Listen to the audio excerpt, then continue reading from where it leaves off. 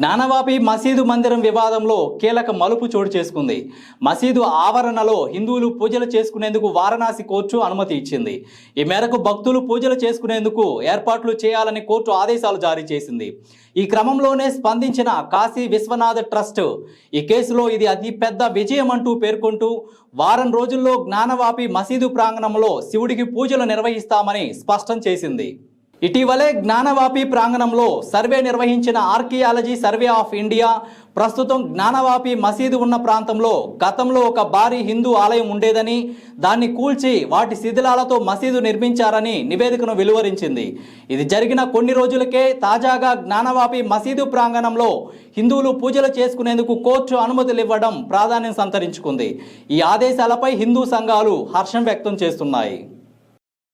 మసీదు ప్రాంగణంలో హిందూ దేవతల విగ్రహాలను ఏర్పాటు చేసి వారం రోజుల్లోనే పూజలు మొదలు పెడతామని కాశీ విశ్వనాథ్ ట్రస్ట్ సభ్యులు పేర్కొన్నారు. ఇది జ్ఞానవాపి కేసులో హిందువులకు దక్కిన అతి పెద్ద విజయమని ట్రస్ట్ వెల్లడించింది. జ్ఞానవాపి మసీదు లోపల మూసి ఉన్న వ్యాస్కా టెకానా లోపల పూజలు చేసుకునేందుకు హిందువులకు అనుమతులు ఇస్తూ వారణాసి కోర్టు తాజాగా ఆదేశాలిచ్చింది.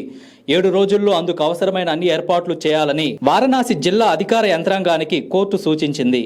జ్ఞానవాపి మసీదు ప్రాంగణంలో సీలు వేసి ఉన్న నేలమాలిగలో పూజలు చేసుకోవడానికి వారణాసి కోర్టు బుధవారం హిందూ భక్తులకు అనుమతులు మంజూరు చేసింది.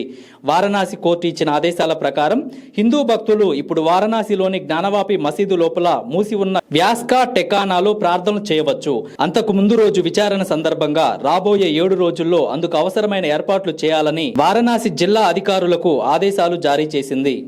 ఈ ఆదేశాలపై హిందువుల తరపున ఈ జ్ఞానవాపి మసీదు కేసులో వాదనలు వినిపిస్తున్న లాయర్ విష్ణుశంకర్ జైన్ మీడియాతో మాట్లాడారు.